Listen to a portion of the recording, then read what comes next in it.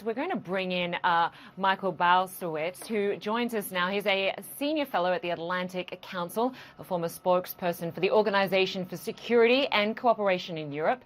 He's coming to us from Lviv. Good to have you with us, Michael. So we have been listening to various world leaders. The president of France is speaking right now, saying that NATO has agreed to support Ukraine without going to war with Russia. In terms of the help we can expect from NATO, it doesn't seem they're going to quite offer exactly what Zelensky wants, which he's been calling for 1% of all of NATO's tanks and fighter jets. Yeah, well, if the NATO leaders, including Mr. Macron, thought they were doing a tsunami of policy making or statecraft, by the time that news hit here, it was a ripple. Ukrainians continue to feel that they're in this largely on their own in this fight against Russia.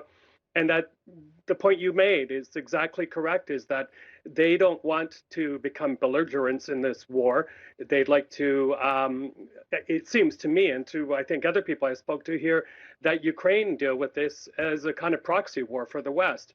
Ukrainians tell me one after the other, that their women, their children are shedding blood or dying because of not enough action from the West. And I think that's why President Zelensky made that bold request to ask for 1% of NATO assets. They're, I got to tell you, Lynda, they're missing a lot of stuff here on the field. There's something called the, Volunteer Territorial Defense Force, and you still have young men going to the front line in T-shirts and baseball caps because they don't have body armor and they don't have, they don't have proper helmets. And, the other thing I just noticed a few moments ago, literally looking out my window here in Lviv, is that as much as a lot of people in the West think that their efforts are going to bring a quick end to this war, the thinking right here is very different. As I speak to you right now, the big cathedral next to me, they're boarding up their windows. That is happening right across Lviv, this ancient city. And that to me indicates that the Ukrainians themselves, who know the Russian psyche very well, are preparing for a long conflict, a long war with Russia. Yeah, it certainly seems that way. Michael Bociurkiw, I want to come back to you in just a moment, but I think we do have connections now with Natasha Bertrand, who is in Brussels. Natasha, we have heard from NATO. Oh, it sounds like we're still having some difficulties getting through to Natasha there. We will come back to her in just a second. If I can come back to you, Michael, several cities are facing heavy shelling. The southern port city of Mariupol facing near constant bombardment. Earlier this week, we heard that officials there saying that bombs are falling almost every 10 minutes. In terms of military help, why is the US still opposed to providing fighter jets in Ukraine?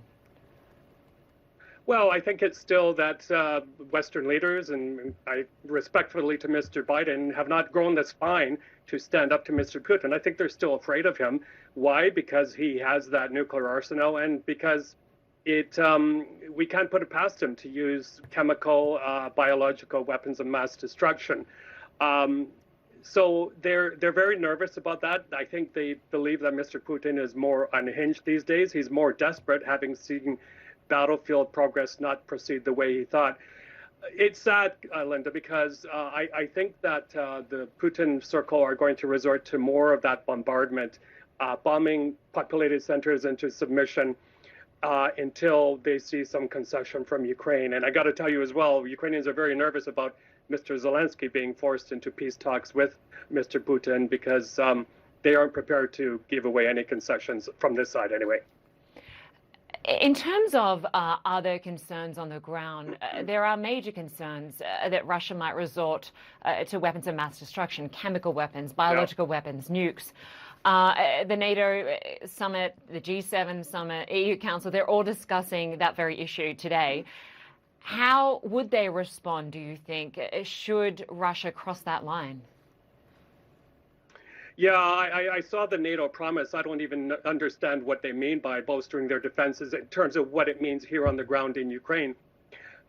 Lynda, there have been so many red lines crossed that should have been proper red lines by the West. And I'm referring to what I wrote for CNN Opinion about the bombing of that maternity ward at that hospital where there were deaths, including that pregnant woman with her child. If chemical weapons were to be used here, and indeed there are reports that phosphorus has already been used, I don't know what the West will do. I can tell you this, is that the Ukrainians don't put much faith in Western promises, assurances. So that's the other thing you're seeing is Ukraine forming more micro-alliances with neighboring states that are also possibly in Putin's crosshairs. All right, Michael Bociurkiw, good to have you there in Lviv, Global Affairs Analyst. Stay safe. Thank you.